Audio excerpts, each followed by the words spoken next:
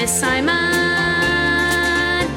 and I'm inviting you.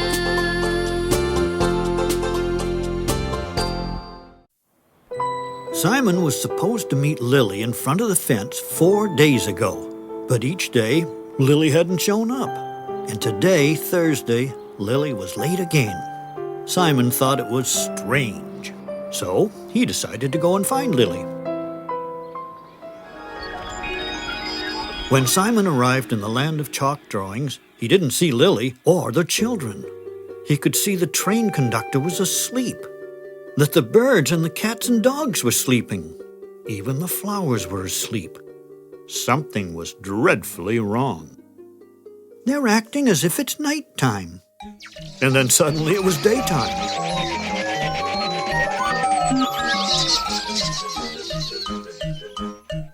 The sun and the moon were arguing. No, it's my turn. It's daytime. No, said the moon. It's nighttime. Oh dear, thought Simon.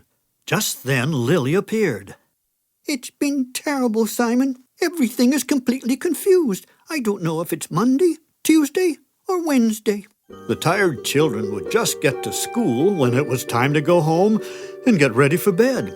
But as soon as they got to bed, it was morning again and time to go to school. Even the birds were now confused. The rooster tried to start crowing. Cock-a-doodle-doo. Simon then saw the cowboy bringing his cattle out to pasture. I reckon the days are getting shorter, and so are the nights. Get along, little dogies. Let's go back home. Meanwhile, the sun and the moon were getting even more upset. Now Simon was more than concerned. He was worried. The sun and the moon finally pushed each other so hard and so furiously that there was a loud pop. Lily exclaimed, The stars are falling! The stars are falling! Simon looked up and saw the sun and the moon stuck. It was half day and half night. Everything was still. The clock hands had stopped spinning. The children going to school were halfway to school and halfway home. The birds sat on the ground. The rooster was confused. The cowboy's cattle were neither coming nor going. Simon had to figure out how to get the sun and the moon unstuck. After a moment, he got an idea. I know. I'll use the rocket. Simon went to get the cowboy's lasso. 3, 2, 1, blast off! Simon traveled past the stars, all the way to the top of the sky where the sun and the moon were still arguing. Your fault. No, your fault. Simon threw one end of the lasso around the moon and the other around the sun. He fastened the rope tightly to his rocket. His rocket pulled and pulled, but the sun and the moon wouldn't budge. Simon began to get worried. He used all his rocket's powers, pulling and pulling. Then suddenly there were 2 large popping sounds, and Simon dragged the sun and the moon to the center of the sky. From now on, you will both have equal shining time. Sun, you will rise in the morning and set at night. Moon, you will rise at night and set in the morning. The sun and the moon were both very happy. Yes.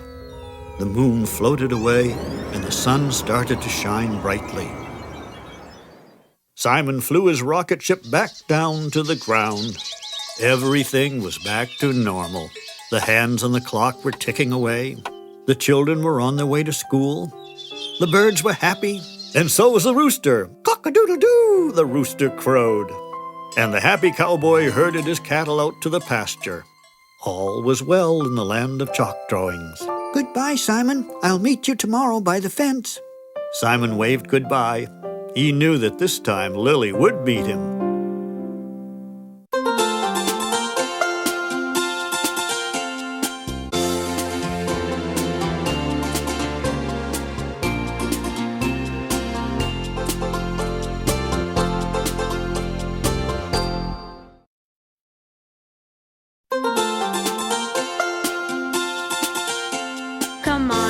is Simon, and I'm inviting you.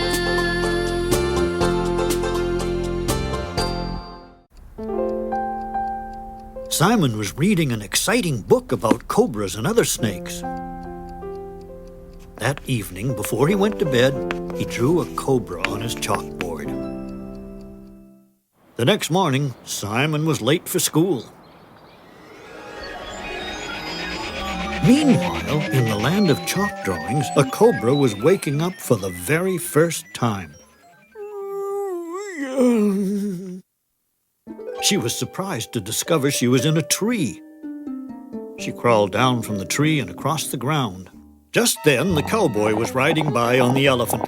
"Get along, little doggy," said the cowboy to the elephant. "Whoa there!" Suddenly, the cobra started to wriggle in front of them. "Sss," said the cobra. The elephant panicked. "Whoa, whoa," shouted the cowboy, but his elephant wouldn't listen and galloped off. The cobra didn't mean to scare the elephant and the cowboy. She just didn't want to get stepped on by the elephant's big feet. The snake wriggled away to find some place to hide. A little later, the children were playing near the schoolyard. One had a blanket, and they decided to build a tent. They searched for a stick to hold it up, so they found a big stick to be the center pole. But the cobra wasn't very pleased having her head stuck into the ground, and as soon as she could, she wriggled off. When the children saw the snake, they ran away. Soon after, the cobra found a nice dark place to hide. She wasn't asleep long before the conductor decided to go for a walk with his walking stick. Scrunch, scrunch went the cobra's head.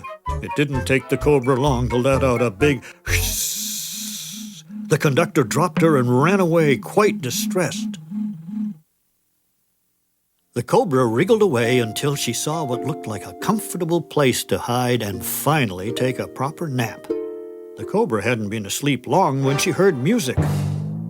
She peeked out to see where the music was coming from when a tremendously loud noise blasted her right out of her new home.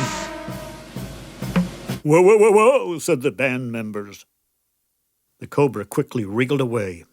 At that moment, Simon, on his way home from school, decided to pay a visit to his friends in the land of chalk drawings. When Simon arrived, he looked and looked, but everyone was gone, even Lily. The cowboy and the elephant were gone. The children weren't playing as they usually did. And the conductor was gone. Simon went over to the school and shouted for the teacher. Suddenly, everyone appeared at the window. Lily told Simon there was a strange creature about. "It scared the elephant," said the cowboy. "And everyone else," said Lily. The train conductor nodded. "They were all scared, except me. I was just concerned." When they described the creature, Simon smiled. He knew right away that it was probably the cobra he had drawn the night before. "I know. I have a plan," he said. He had the band play a song to try and charm the snake out into the open so he could put it in the basket he had drawn. After a minute or two, the cobra rose up from behind a rock, completely charmed by the music. Simon knew that once everyone got to know the cobra, they would find her quite charming. The band couldn't play music all the time, so Simon drew something special for the cobra. The cobra could now listen to music whenever she liked. Since everyone saw the cobra dancing all the time to her music, no one was afraid of her anymore. In fact, the cobra even helped the school teacher teach the day's lesson. A, B, C. And later, when the cobra was in a especially good mood, she let the children use her as a tent pole. And she went for a walk with the train conductor. Simon was very pleased that now a charming snake lived in the land of chalk drawings.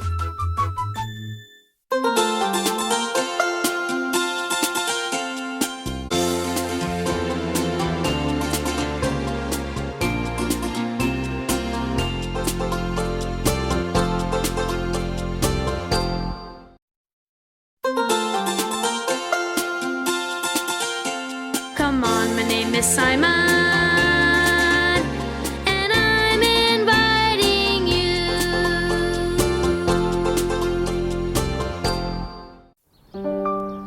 Simon had seen a big tree in the park with lots of branches. He started to draw it on his chalkboard. But then Simon remembered he had to get to school. Upset that he couldn't finish his drawing, Simon scribbled right through it. Then he hurried off so he wouldn't be late. Passing by the fence on his way home from school, Simon heard a whistling wind. Perplexed and curious, Simon entered the land of chalk drawings.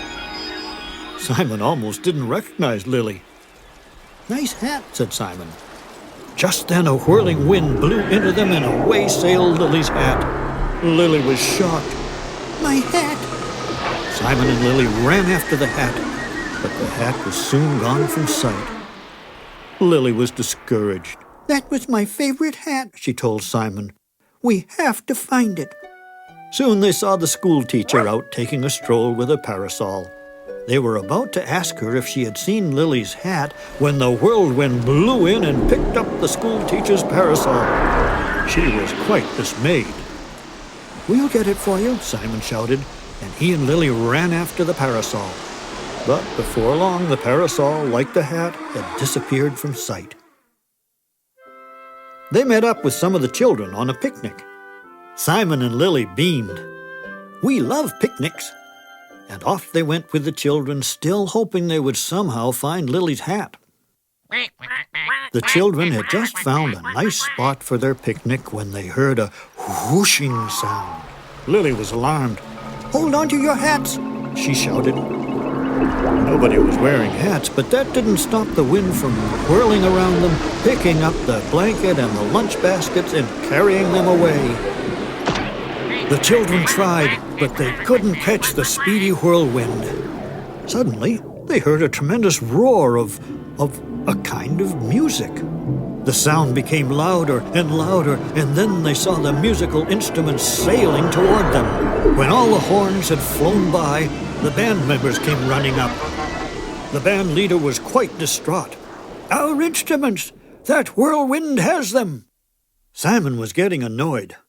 "How can you stop a whirlwind?" he wondered. "I know," he said. "We'll set a trap." Simon ran home. Simon drew a windmill on his chalkboard and hurried back to the land of chalk drawings. Everyone was inspecting the new windmill. "It's a trap," Simon explained. "The wind loves windmills, and when it starts spinning the windmill, we'll jump out and grab it." But the wind was too strong. It sent the children spinning in the air. Simon realized he needed a new idea. "We need someone heavy enough that the wind can't pick up. But who?" "I know." Simon told the elephant about their predicament. The elephant was only too happy to help. When the whirlwind blew in, the elephant chased it and jumped and stomped on the end of the whirlwind. As it tried to get away, it unwound, stretching out into a very long, straight line. Simon grabbed the other end of the whirlwind and shaped it into a kite. Just then, Lily became excited. "Look, Simon." Simon turned and saw that everything that the whirlwind had blown away was in the tree. Lily held on tight to the kite string as Simon rode up until he could hop into the tree and pass down the instruments, the hat, the picnic baskets, the blanket, and the parasol. Before long, a wonderful picnic was underway. Everyone ate sandwiches and cake and listened to the band play. Lily was very pleased to have her favorite hat back. It was the best picnic Simon had ever been to.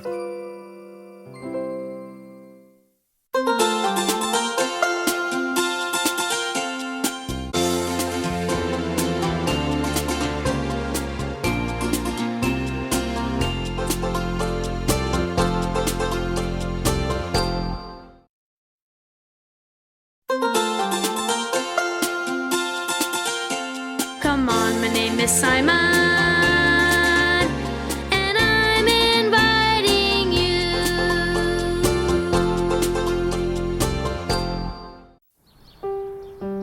Outside it was a very hot day.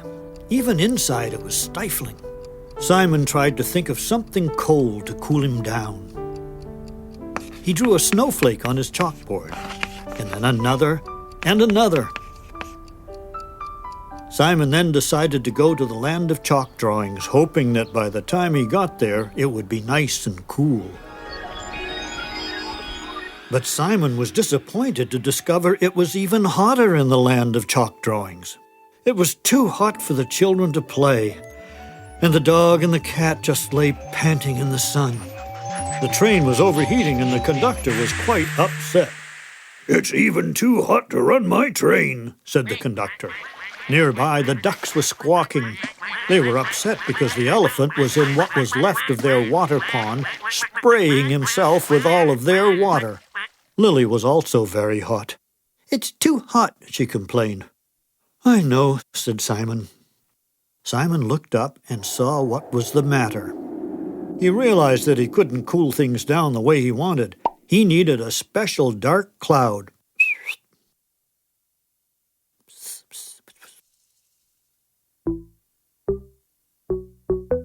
When they reached the mountain, Simon had the elephant blow a gust of wind up at the cloud.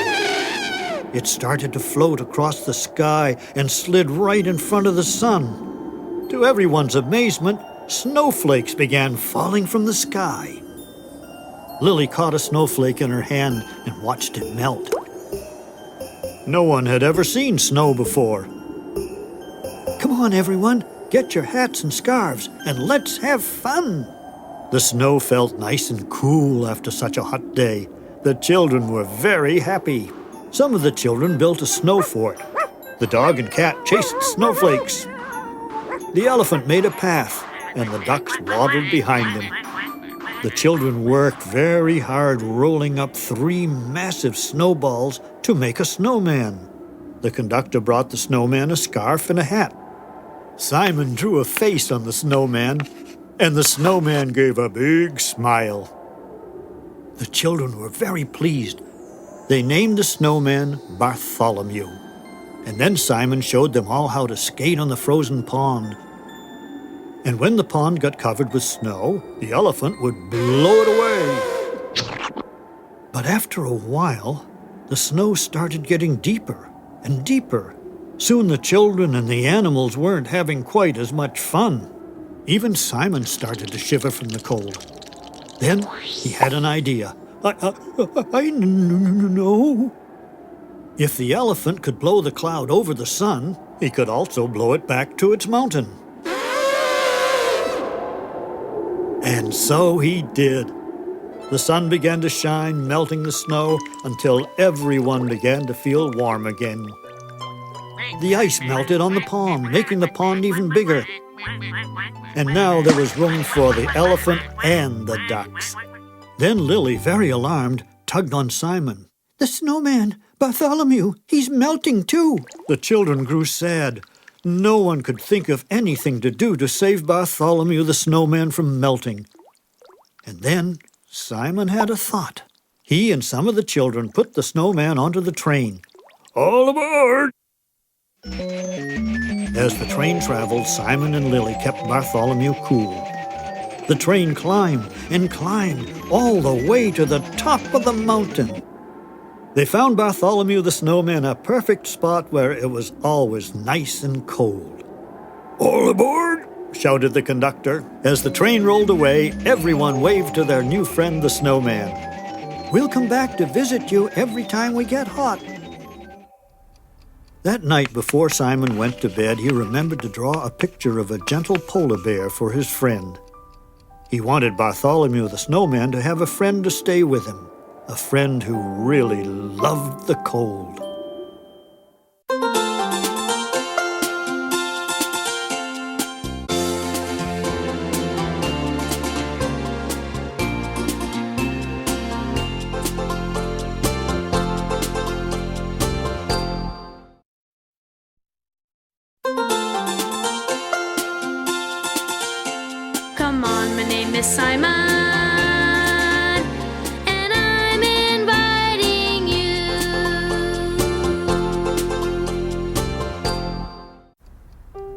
Simon and his friend Evan from next door had been playing tic-tac-toe on Simon's chalkboard all afternoon. "I win again, Simon," said Evan. Evan absolutely wanted to win absolutely all the time.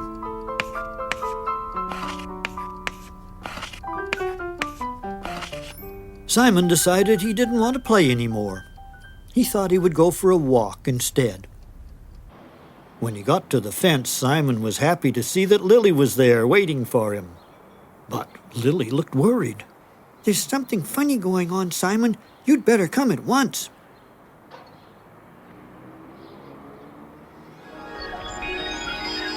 When he arrived in the land of chalk drawings, Simon wondered where everyone was. "No one wants to come and play since—" "Oh, watch out!" Lily shouted. All around him, Simon saw X's and O's, and they weren't getting along at all. "It's been terrible, Simon. No one can get any peace around here." It was true. Wherever Simon looked, things were in disarray. The band was trying to practice, but the X's and O's spoiled everything. The band leader was quite upset. "We were supposed to learn a new polka today, Simon." At school, a teacher was having trouble with the math lesson. They bullied their way into the equations and confused everybody. The children were delighted. The X's and the O's were very sneaky. "These silly shapes really are getting out of hand," thought Simon. "Well, Simon, what can we do?" Lily asked. Simon thought very hard, and then he brightened. "I know. I have a plan." And Simon began to draw some parallel lines on the ground. "But Simon," said Lily, "it's no time to play games." Simon disagreed. "X's and O's like games." Simon stepped back. The X's and O's immediately began to zip over. Simon started to worry his plan wouldn't work. But then Simon and the children watched as the X's and O's filled the squares until they were all full. "All right," said Simon, "let's roll them up." At first, no one knew what Simon was talking about. Then Lily helped Simon roll up all the squares of X's and O's like a carpet. Simon's plan was working splendidly until it started to look like the X's and O's wanted to escape. Everyone became worried again. "Quick, Lily," says Simon. "We'll take it to the rocket." Simon and Lily had to hurry. They didn't want the X's and O's to escape. They loaded the rolled-up X's and O's onto the rocket. 4, 3, 2, 1, blast off! The rocket traveled up, up, up to the top of the sky. When they were up very, very high in the sky, Lily opened the door and she and Simon unrolled the X's and O's. They tumbled out and scattered loose, sparkling like stars in the sky. Simon and Lily were very happy. There was peace at last between the X's and the O's. There were a few X's and O's left over in the land of chalk drawings. The children played with them, and so did everyone else. Even the birds were happy. And the school teacher was relieved that her equations were adding up. Simon was glad he had set things right. But it was time for him to go home. "Thank you, Simon," shouted the band leader. "Goodbye." The next afternoon, Simon and Evan were playing tic-tac-toe. This time, Simon was the big winner. But he was very careful to erase each game when it was finished. Evan was surprised. "You win again, Simon. Have you been practicing?"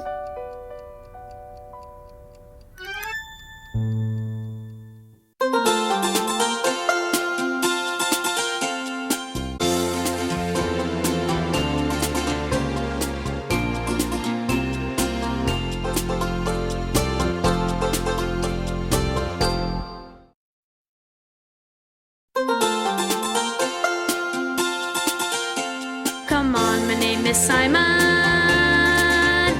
and I'm inviting you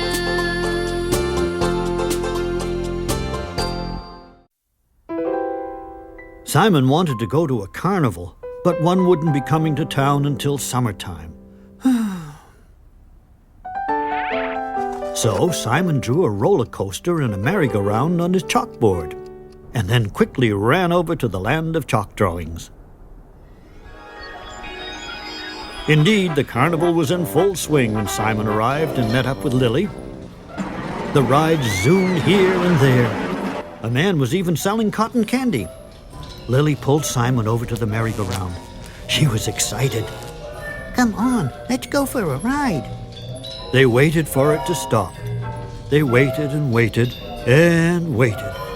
Simon and Lily were just starting to get impatient when the whole merry-go-round started to break. The elephant who had been enjoying his ride was just too big. The horse he was riding collapsed and the elephant tumbled to the ground. The horses were very happy to be free. Simon shouted, "Whoa, horses, let everyone off, please." But the horses wouldn't listen. They were so excited they just galloped away. Simon was worried someone might get hurt, but he soon realized he had another problem. "Whoa!" screamed the children. The roller coaster was also going around and around without stopping. The children were starting to panic. "Help!" they shouted. "Help! Help!"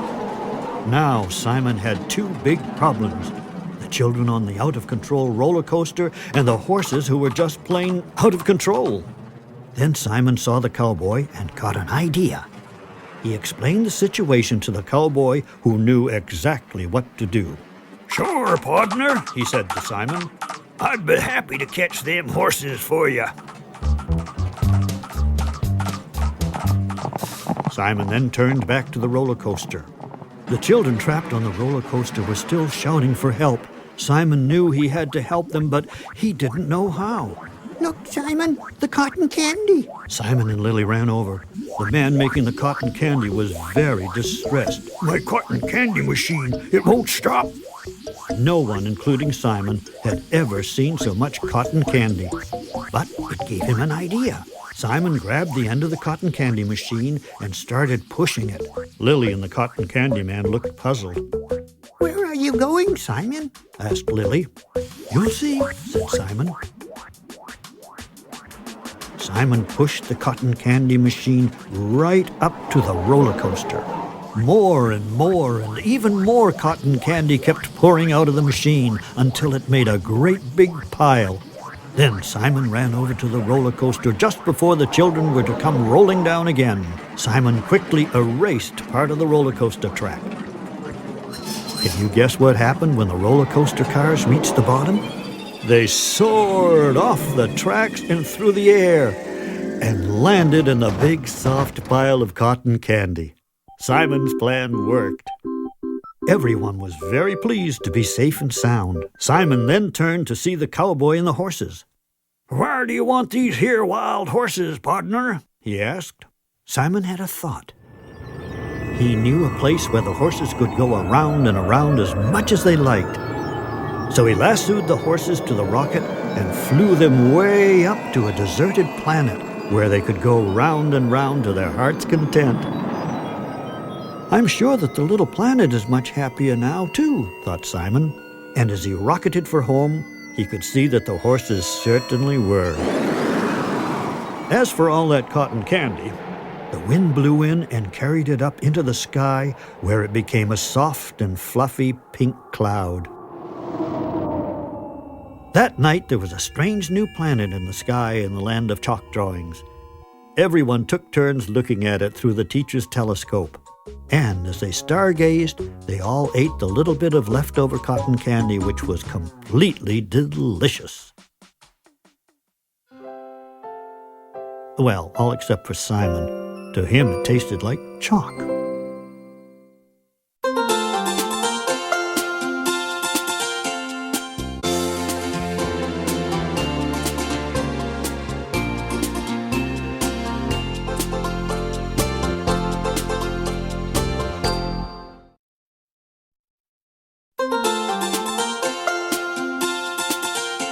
Come on, my name is Simon,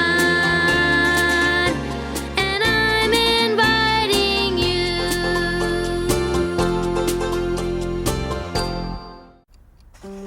Simon had gone to see a magician who pulled rabbits out of his hat. The trick was very impressive, and Simon wondered how he had done it. The next day, on his way home from school, Simon met Lily from the Land of Chalk Drawings. She was in quite a panic. Simon, come quick. She told him a most troublesome thing had happened, so they rushed over the fence. When they arrived in the Land of Chalk Drawings, Simon was amazed by what he saw. Rabbits everywhere. Rabbits in trees. Rabbits jumping and making holes. Rabbits playing and dancing. Simon was puzzled. But where have they all come from, he wondered. The magician's hat, of course. Simon knew he had to do something about those pesky rabbits. Then he got an idea. He took out his chalk and drew a scrumptious-looking carrot. After all, he thought, rabbits loved carrots. But why weren't the rabbits jumping back into the hat to get the carrot? How did the magicians do it? Simon wondered. He needed help. So he hurried home and drew a magician who he hoped would know just what to do. When Simon arrived back at the Land of Chalk Drawings, he was delighted to find that the magician was already there. Why, there's my hat, thought the magician. Fancy finding it here. But before Simon even had a chance to say hello, the magician set to work. He waved his magic wand and changed a little boy into a frog. Then he changed him back. And now I'll turn this elephant into a canary.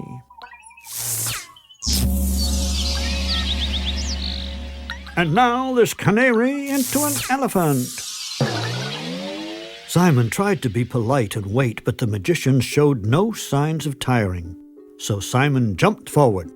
I bet you can't make all these rabbits disappear. Rabbits? That's the first thing I learned in magic school. And he waved his wand with a flourish.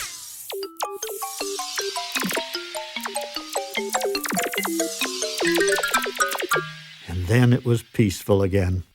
The children were fascinated. They had never seen such incredible magic. The magician felt prouder and prouder. Now he wanted to do a trick that would really impress his crowd. Yes, and now, my dear audience, he said, I will show you my best trick ever. I am going to make you all disappear. Everyone gave a great gasp. Disappear? Simon didn't like the sound of that. Nothing up my sleeve? Everyone held their breath, but nothing happened. The magician stopped. He looked around. That's odd. I can't remember the magic words. It seemed there'd be no magic after all. But then one little girl ran forward. I know who would know. The elephant heard the words at a fair once, and elephants never forget. Simon went to talk to the elephant to ask him if he remembered the magic words. The elephant remembered the words, of course, because he never forgot a thing, but he wasn't positive they were for the same trick. He whispered them to Simon. Oh, yeah, of course, that's it. Ba-dilly, ba-dilly, ba-dally. The children waited to see what would happen. And suddenly the magician disappeared, right into thin air. The children agreed that this was his best trick ever. Simon was quite pleased, too. He couldn't let a magician make all his friends disappear now, could he? And the children were impressed with the elephant, too. It was time for Simon to go home for dinner. As he walked back to the fence, he hoped the magician was comfortable with his hat. He wondered if he had enough room in there with all those rabbits.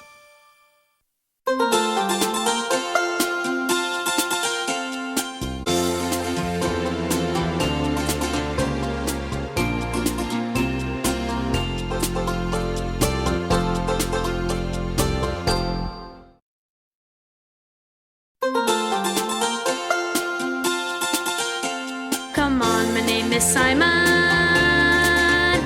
and I'm inviting you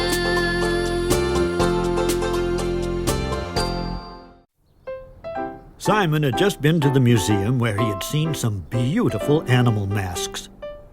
There was a feathery bird, a striped zebra, and a long-nosed crocodile. And the one he liked best, a scary lion mask with a great big mouth full of sharp teeth. When Simon got home, he was eager to draw a lion mask of his own.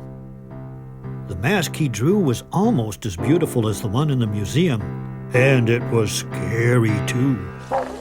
I wouldn't want to come face to face with a lion like that, Simon decided. At the same moment, in the land of chalk drawings, a very strange thing happened. Later, when Lily went up to the children to play with them, they took one look at her and ran to the teacher. But the teacher was as frightened as they were. "Come, children," she said, "let's go inside." And she led them into the school. As everyone was acting a little strange, Lily went for a walk in the park. But when the birds saw her, they flew away and perched on a wire. The cat, who was snoozing on a bench, woke up to find Lily standing over him. As soon as he saw that scary lion's face, he meowed loudly and ran off and hid. And the big elephant was so surprised and scared by the mask, he forgot why elephants should never hide in trees, and he galumphed right up into the high branches. Lily had no idea why everyone was running away from her. Suddenly, she was very sad and lonely. A little while later, Simon went for a walk and decided to visit the land of chalk drawings. Simon saw right away that there was a problem. The poor elephant was still terribly upset. "What's the matter?" asked Simon. The elephant was too scared to talk. All he could say was... Simon didn't know what to think. Meanwhile, Lily had wandered over to the duck pond. But when she looked into the water, what do you suppose she saw? She saw a lion, and it gave her quite a fright. Even the ducks were afraid. Just then Simon walked up. "Lily," he said, "can you tell me why everyone is acting so afraid?" And when Lily turned, Simon saw she was wearing a mask. It must be the lion I saw," said Lily. But what's worse, everyone has been running away from me, and I don't know why." "I'll show you why," said Simon. "It's the lion," cried Lily. "Run!" "It's not a lion," said Simon. "It's you, Lily. You're wearing a lion mask." Lily was very surprised. "So that's why everyone has been running away from me. All I have to do is take off the mask." But when Lily tried to pull off the mask, it wouldn't budge. Simon wondered what to do. If the mask stayed on, Lily would scare everyone. But if he rubbed it out with his chalk eraser, he'd rub out her face as well. And he didn't think Lily would be very happy without a face. Simon had an idea. He drew strings on the mask with a little bow that attached the strings behind Lily's head. When he untied the bow, the mask came off at last. Seeing that the scary lion was really just Lily, everyone was very relieved. There was soon a happy crowd around Lily and Simon. The children all asked eagerly if they could try on the mask. "I have a better idea," said Simon. He drew wonderful masks for everyone, and he was careful to put strings on each one.